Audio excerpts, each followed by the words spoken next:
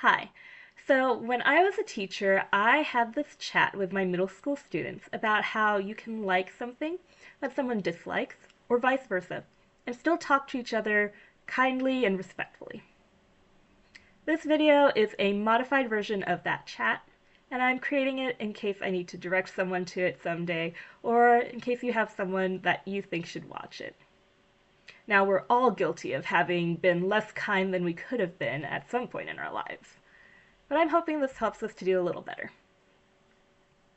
So, one of my most favorite things in this world is when someone talks about something they're super passionate about or that they really love.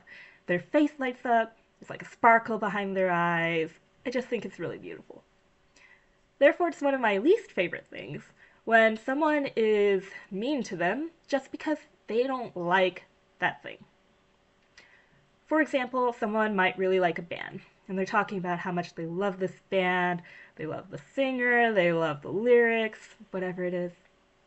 And someone will come along and they'll be like, I can't believe you like that band. They suck. They're the worst. They can't play their instruments. Whatever it is, right? Now, it'd be one thing if someone came along and was trying to tell you that a band was bad because they donate money to organizations that are against human rights.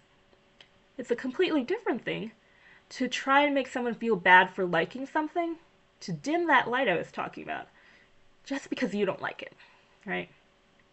If it doesn't cause harm, let people like what they like. If it's your friend that you're talking to, why wouldn't you want them to be happy?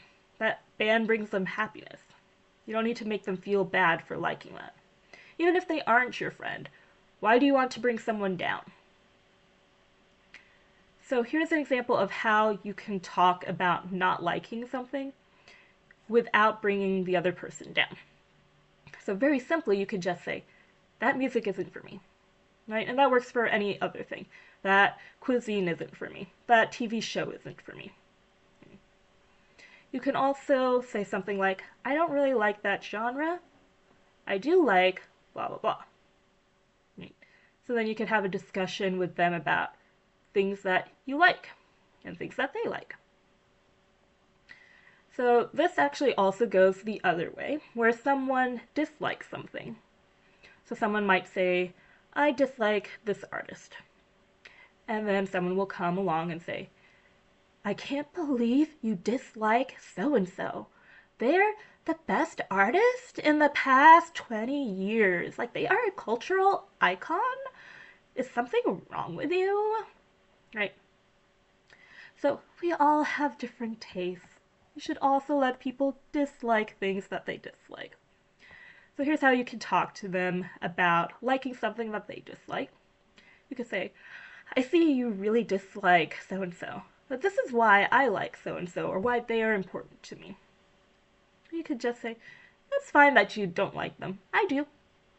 Okay. Now, if someone likes something that causes harm, you may want to approach this conversation differently. So this is an extreme example, but it's the one I used with my middle schoolers because it's sufficiently bad. So I said, if your friend likes committing arson, for example, if you're a kid, ask a trusted adult for help.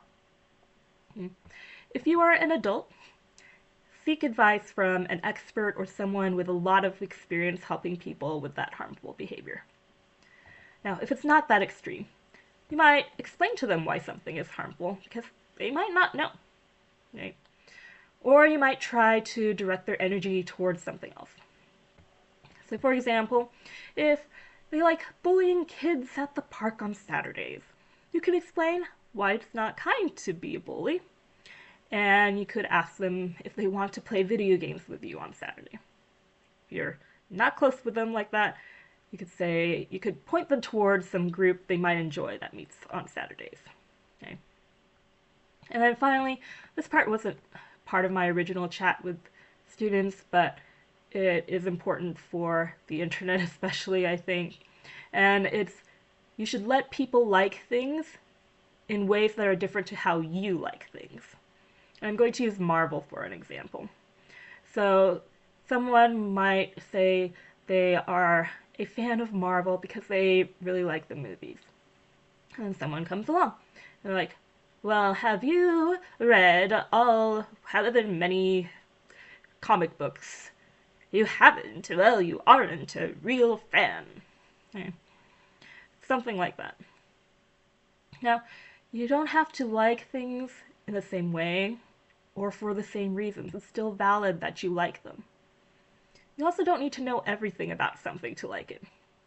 So, like, if I asked you what your favorite color was, and you said green, and then I started asking you a bunch of questions about you liking green, like, oh, do you know the exact hue or shade of green? Like, can you give me the Pantone color? What about the hexadecimal? Yeah. Do you know the etymology of the word green? How about how this particular shade, hue, whatever of green first came to be? Was it from a plant? Was it from a mineral? What is the most famous use of this particular green in art, in literature, in cinema? Right? This sounds really silly, doesn't it? You can like green just because you like green. So, in conclusion, as long as it doesn't cause harm, like what you like, and don't be a jerk about it.